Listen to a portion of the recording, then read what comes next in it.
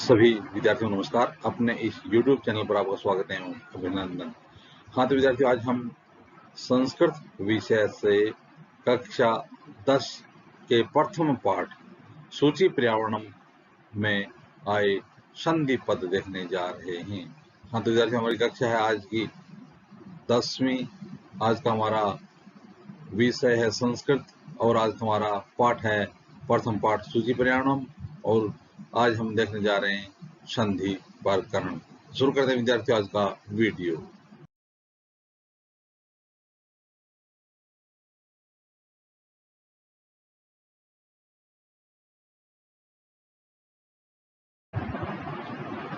हाँ तो विद्यार्थियों, अब देखते हैं सूची पर्यावरण नामक पाठ के संधि पद। प्रश्न क्या पूछ रहा है कि संधि विच्छेदम कुरु, यानी जिन पदों में संधि है, संधि युक्त पद है उसका संधि विच्छेद करना है, और जिन पदों में संधि विच्छेद दे रखा उनका संधि पद बनाना है। तो संधि विच्छेद का संधि पद बनाना है और संधि का संधि विच्छेद करना है। प्रकृति धन, यहाँ पर देखिए प्लस से पहले क्या आया, प्लस से पहले विसर्ग आया। देखना, यह प्लस और इससे पहले क्या आया, विसर्ग आया, और विसर्ग से पहले हर्षव ई है, विसर्ग से पहले हर्षव ई है। तो ऐसी स्थिति में इस विसर्ग का क्या हो जाएगा, वह हो जाएगा, यानी ए या आ को छोड़ करके अन्य कोई स्वर है और उसके बाद में यदि विसर्ग है तो ऐसी स्थिति में इस विसर्ग का रह हो जाएगा। तो प्रकृति धन्य, अब यह कह रहा है कि खालिस्तान, प्रकृति पद में कौन सा पद जोड़ें जिसे प्रकृति रेव पद बने, प्रकृति रेव पद बने।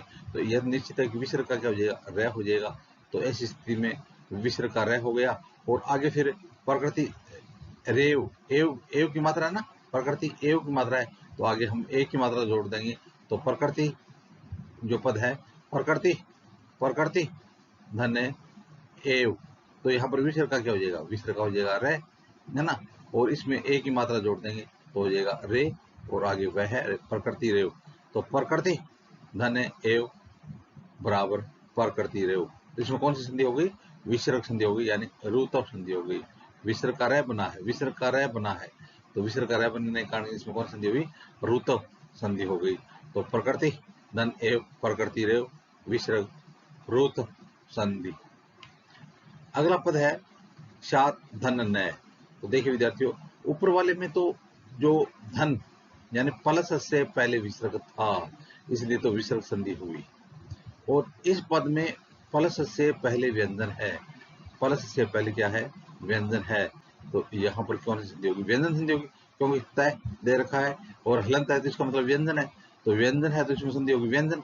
तो शात धन नय, तो इसमें देखिए विद्यार्थियों, जहां पर यर यानी पहला दूसरा तीसरा चौथा वर्ण आ रहा हो और उसके बाद में यदि पंचम वर्ण आ रहा हो, तो ऐसी स्थिति में जो पहला दूसरा तीसरा चौथा वर्ण है वो अपने ही वर्ग के पंचम वर्ण में बदल जाता है।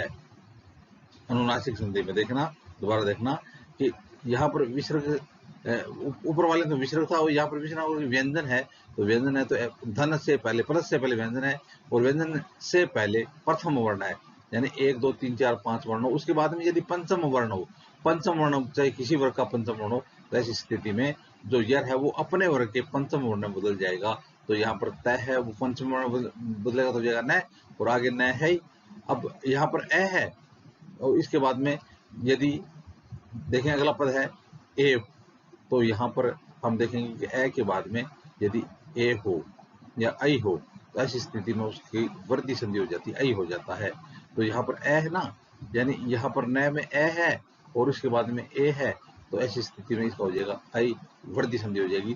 तो इसका हो जाएगा शात धन न का हो जाएगा शानेव, यानी आगे वर्दी संधि करेंगे तो हो जाएगा शानेव, यानी तय अपने पंचम वर्ण में बदल गया तो हो गया न, और आगे न इसमें ए है और आगे ए है, ए की मात्रा है, तो ऐसी स्थिति में हो जाएगा वर्दी, तो शानेव, तो हो जाएगा शात धन न का धन एव बराबर शानेव, अनुनासिक संधि, और आगे इसमें हो गई वृद्धि संधि, और पहली जो व्यंजन संधि है वो है अनुनासिक संधि और आगे होगी वृद्धि संधि।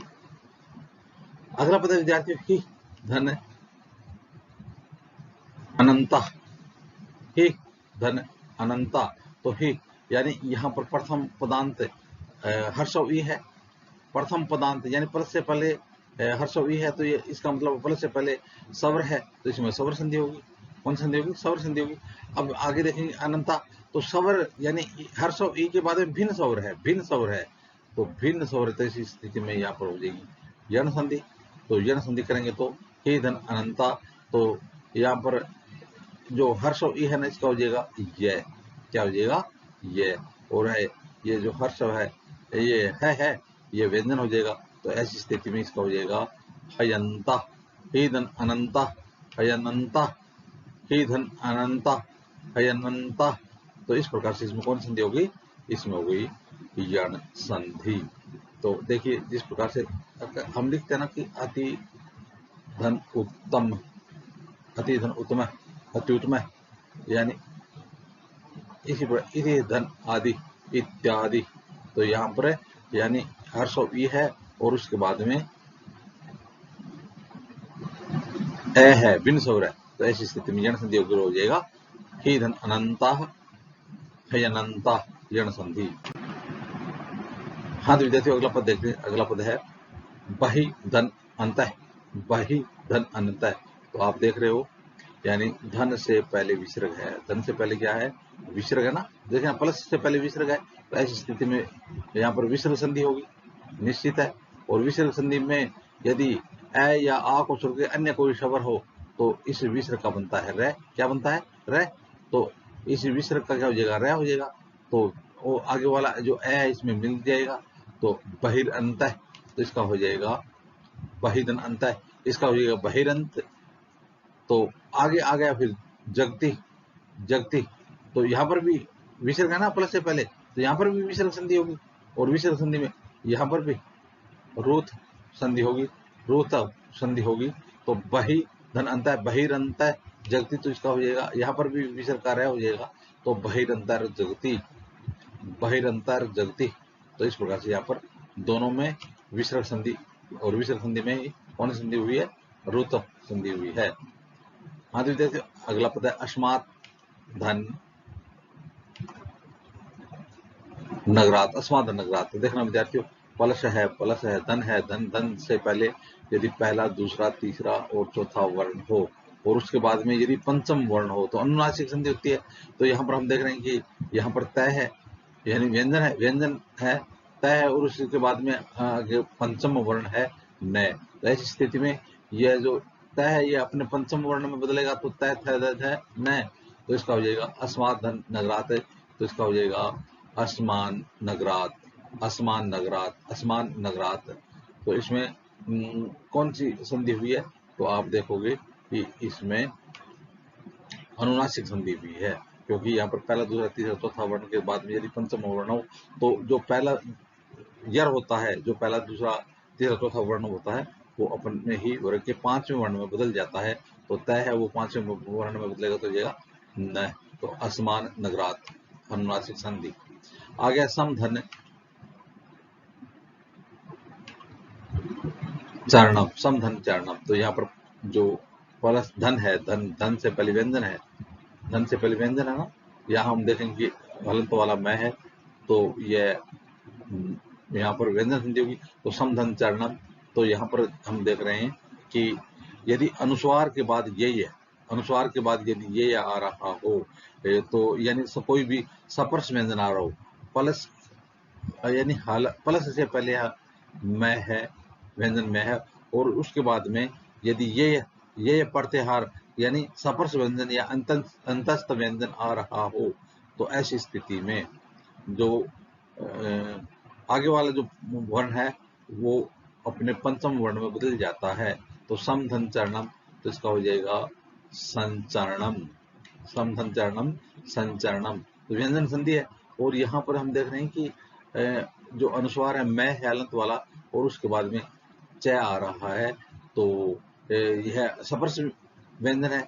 तो सपर्श व्यंजन होने के कारण यहाँ पर जो हमने जो पहले देखा हलंत वाला मैं यानी अनुस्वार उसके बाद में च है, तो ऐसी स्थिति में आगे वाला वर्ण है वो अपने पंचम वर्ण में बदल जाएगा। तो समधन चरणम यानी यह अनुस्वार है, ये आगे वाले के पंचम वर्ण में। दोबारा देखना, अनुस्वार आगे वाले के पंचम वर्ण में, अनुस्वार आगे वाले के पंचम वर्ण में बदल जाएगा तो हो जाएगा संचरणम।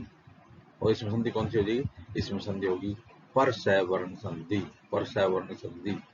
तो यहाँ पर जो आगे वाला है ना, इसका पंचम वर्ण है, कौन सा होगा? जैसे जैसे ये, तो यह अनुस्वार है, यह पंचम वर्ण बदल जाएगा तो हो जाएगा संचरणम।